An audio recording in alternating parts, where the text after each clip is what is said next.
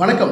சமீபத்தில் ஓ பன்னீர்செல்வத்தினுடைய ஆதரவாளர் வைத்திலிங்கம் சசிகலா அவர்கள் இல்லத்தில் சந்தித்து நீண்ட நேரம் பேசினாங்க. இது ஒரு பெரிய பேசுபொருளாக ஆனது.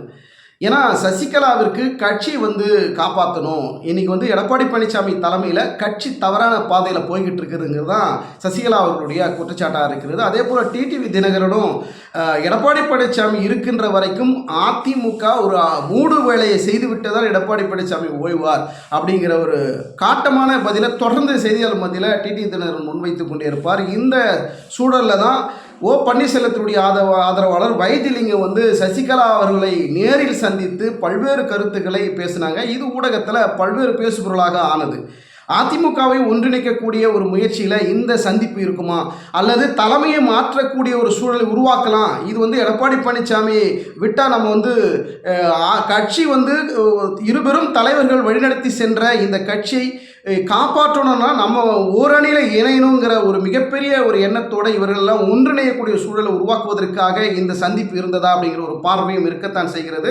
அமித்ஷா என்ன பிளான் பண்ணுறாங்க அப்படின்னா, எடப்பாடி பழனிசாமி நம்ம கண்ட்ரோலில் வரமாட்டார், அவர் தன்னிச்சையாக முடிவெடுக்கக்கூடிய ஒரு சூழல், நம்மளுடைய ஆலோசனையும் நம்மளுடைய கருத்துக்களையும் நம்மளுடைய முடிவுகளையும் எடப்பாடி பழனிசாமி கேட்க போகிறது இல்லைங்கிற ஒரு தெளிவான முடிவுக்கு அமித்ஷா வந்ததுனால தான் எடப்பாடி பழனிசாமியை அதிமுகவிலிருந்து ஓரங்கட்டப்பட்டு ஒருங்கிணைப்பாளர் வேற ஒருத்தரையும் இணை ஒருங்கிணைப்பாளர் வேற ஒருத்தரையும் கட்சியுடைய பொதுச் செயலாளர் வேற ஒருத்தரையும் நியமிக்கணும். அப்போ தான் எடப்பாடி பழனிசாமி சொல்வதை கேட்கிறாரா இல்லை ஓரங்கட்டப்பட போகிறாரா அப்படிங்கிற ஒரு நிலைப்பாடு நம்ம கொண்டு வர முடியுங்கிறதுனால தான் ஓ பன்னீர்செல்வத்தை ஒருங்கிணைப்பாளராகவும் செங்கோட்டையனை இணை ஒருங்கிணைப்பாளராகவும் சசிகலா அவர்களை கட்சியினுடைய பொதுச் செயலாளராகவும் கொண்டு வருவதற்கு பாஜக திட்டம் போன்றாங்க. ஆனால் இது நடக்குமா நடைமுறையில் அப்படின்னா அது ஒரு மிகப்பெரிய சிக்கல். அந்த அளவுக்கு எடப்பாடி பழனிசாமி விட்டு விடுவாரா அப்படின்னா சாத்தியமே கிடையாது.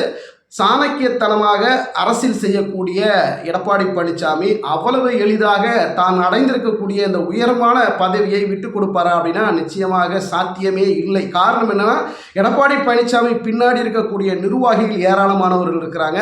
எடப்பாடி பழனிசாமிக்கு ஆதரவாக தொண்டர்களும் நிர்வாகிகளும் மாவட்ட செயலாளர்களும் பெருவாரியாக இருக்கின்ற காரணத்தினால எடப்பாடி பழனிசாமியுடைய குரல் உயர்ந்து கொண்டு தான் போகிறது.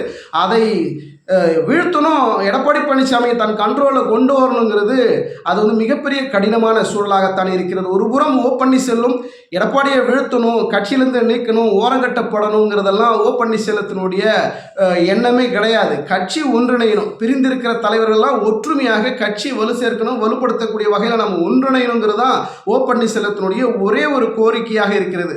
ஓ பன்னீர்செல்வத்தை எடப்பாடி பழனிசாமியை நீக்கணும், இவர்களை நீக்கணும், இவங்கெல்லாம் நம்ம கட்சியிலேருந்து வேணாம் அப்படிங்கிறது, யாரையும் நம்ம நீக்கணுங்கிற அந்த எண்ணத்துக்கு போகக்கூடாதுங்க. கட்சி ஒன்றிணையணுங்கிறது தான் ஓ பன்னீர்செல்வம். இந்த எண்ணம் ஒரே நேர்கோட்டில் செல்லக்கூடிய ஓ பன்னீர்செல்வம், நீ உங்களெல்லாம் சேர்த்தனா எனக்கு தலைவலி, உங்களை என்கிட்டே வரக்கூடாது, கட்சிக்குள்ளே நீங்கள் இல்லை அப்படிங்கிற ஒரே போடாக எடப்பாடி பழனிசாமி தெளிவாக காய் நகர்த்தி கொண்டு இருக்கிறார்.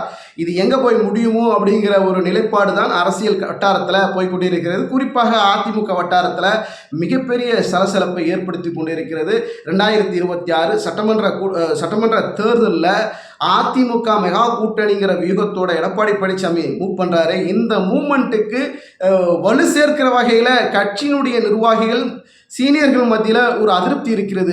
எடப்பாடி பழனிசாமிக்கு ஆதரவாக எடப்பாடி பழனிசாமியினுடைய 2026 சட்டமன்ற தேர்தல் இலக்கைக்கு இவர்கள் ஒத்து வருவார்களா அப்படிங்கிறது தான் மிகப்பெரிய கேள்வி. ஏன்னா இன்றைக்கு செங்கோட்டையனுக்கும் எடப்பாடி பழனிசாமிக்கும் ஒரு முட்டல் மோதல் இருக்கிறது. அந்த முட்டல் மோதலுக்கு காரணமே எடப்பாடி பழனிசாமிக்கு எதிராக அவருடைய தொகுதியிலே நிர்வாகிகளை எடப்பாடி பழனிசாமியுடைய ஆதரவாளர்களை போடுறது தான் இன்னைக்கு எடப்பாடி பழனிசாமி செங்கோட்டையனுக்கு நடந்துகின்ற சண்டை.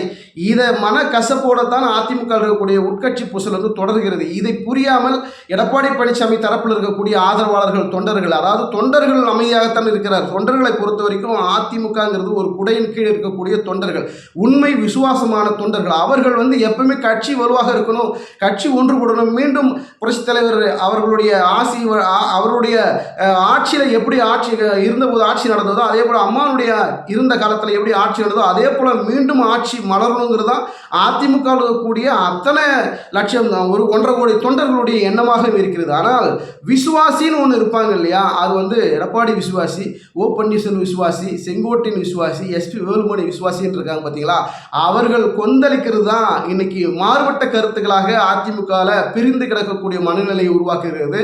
உண்மையான தொண்டர்கள் என்றைக்குமே கட்சி இவர்கள் பிரிந்திருக்கணும், இவர்கள் பிரிந்திருக்கணும், இந்த தலைவர் உள்ள வரக்கூடாது, அந்த தலைவர் உள்ள வரக்கூடாதுன்னு யாரும் எந்த தொண்டனுமே நினைக்க மாட்டான். ஆனால் உள்ள இருக்கக்கூடிய விசுவாசிகள், ஆதரவாளர்கள் சொல்லுவாங்க இல்லைங்களா, இவருக்கு ஆதரவு அவருக்கு ஆதரவு, இவர்களுடைய பிரிவினை தான் இந்த தலைவர்கள் மத்தியில் இடைவெளியை ஏற்படுத்தி கொண்டு இருக்கிறது அப்படிங்கிறதா நம்மளால் பார்க்க முடிகிறது.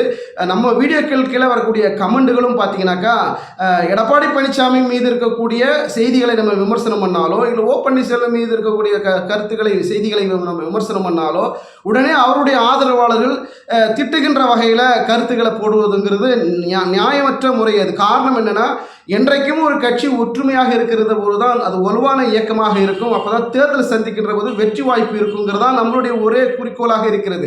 இதன் அடிப்படையில் தான் உண்மை செய்திகளை நாம் தொடர்ந்து வழங்கி கொண்டிருக்கிறோம். இதை புரிந்து கொள்ளாமல் எடப்பாடி பழனிசாமி வந்து மிகப்பெரிய லீடர், யார் மிகப்பெரிய லீடர் இல்லைன்னு சொன்னது, அவர் நல்ல லீடர் தான், நல்ல வலுவான இயக்கத்தை கட்டி காப்புகின்ற ஒரு வகையில் வளர்ந்து கொண்டிருக்கக்கூடிய மாபெரும் தலைவர் இடத்துல வளர்ந்து கொண்டிருக்கிறார். இது மாற்று கருத்துக்கிடம் இல்லை. ஆரம்ப காலத்தில் கட்சியினுடைய 4 ஆண்டுகள் முதலமைச்சராக இருந்தபோது, அதன் பிறகு பொதுச் செயலாளராக வந்த பிறகு அவருடைய தடுமாற்றங்கள் இருந்தது, பேசுவதில் தடுமாற்றம் இருந்தது, கட்சி வழிநடத்தில் தடுமாற்றம் இருந்தது. ஆனால் இப்போ சமீப காலமாக அரசியலை முன்னெடுக்கக்கூடிய அதிமுக ஒளி சேர்க்கக்கூடிய வகையில் பல்வேறு விஷயங்களை எடப்பாடி பழனிசாமி செய்து கொண்டு தான் இருக்கிறார். இது மாற்று கருத்துக்கிடமில்லை. ஆனால் எடப்பாடி பழனிசாமியினுடைய ஆதரவாளர்கள் மாற்று கருத்தை வந்து வைக்கின்ற பொழுது அவருடைய கொஞ்சம் கவனத்தோடு வைக்க வேண்டும். இங்கே வந்து கட்சி வந்து வலு சேர்க்கிற வகையில் இருக்கணுங்கிறதா நம்முடைய கருத்தாக இருக்கிறது தவிர, எடப்பாடி பழனிசாமி குற்றம் சாட்டுறதோ அவரை பெரிய அளவில் விமர்சனம் பண்ணுறதுங்கிறதா நம்மளுடைய நோக்கம் அல்ல. அதே போல் ஓ பன்னீர்செல்வம் கட்சியில் இணைக்கணுங்கிறது, அதிமுக ஒன்றிணைந்து செயல்படுகின்ற பொழுது கட்சிக்கு வலுவான ஒரு சூழல் ஏற்படுங்கிறது தான் நம்மளுடைய நோக்கமாக இந்த கருத்துக்களை முன்வைக்கிறோம். என்றைக்குமே ஒரு செய்தியாளராக, ஒரு நிறுவனத்தினுடைய பத்திரிகையாளராக நாம் இருக்கின்ற போது உண்மைத்தன்மை மாறாமல் என்ன கள நிலவரமோ அந்த கள நிலவரத்திற்கு அடிப்படையில் தான் செய்திகளை நாம் கொடுத்து கொண்டிருக்கிறோம். அந்த அடிப்படையில் யாருக்கு சாதகம் யாருக்கு பாதங்கிறத விட கள நிலவரம் என்ன, உண்மைத்தன்மை என்ன, அரசியல் சூழல் என்ன, இன்றைக்கு நடக்கக்கூடிய அரசியல் கள ஆய்வுகளில் என்னென்ன நிலைப்பாடுகள் இருக்குது, அதை பொறுத்து தான் நம்முடைய செய்திகள் வழங்கி கொண்டு இருக்கிறோம். இந்த அடிப்படையில் அதிமுகவில் எடப்பாடி பழனிசாமி தவிர்க்க முடியாத தலைவராக உருவாகி கொண்டிருக்கிறார். இது மாற்று கருத்துக்கிடமில்லை. அதே வேளையில் அதிமுக இருக்கக்கூடிய பிரிந்திருக்கக்கூடிய தலைவர்கள், நீக்கிய தலைவர்கள் ஒன்றிணையாமல் ஒன்றுபடாமல் மெகா கூட்டணி அமைக்காமல் அதிமுக வெற்றி பெறுவது என்பது இயலாத காரியம். இதுதான் உண்மை கள நிலவரம். பொறுத்திருந்து பார்க்கலாம். எடப்பாடி பழனிசாமி அதிமுகவை ஒன்றிணைக்க முயற்சி செய்வாரா, அல்லது பிரிந்திருந்தே தேர்தலை சந்தித்து மெகா கூட்டணியும் இல்லாமல் சந்தித்து தவிப்பாராங்கிறது தான் மிகப்பெரிய கேள்வியாக இருக்கிறது. பொறுத்திருந்து பார்க்கலாம். நன்றி, வணக்கம்.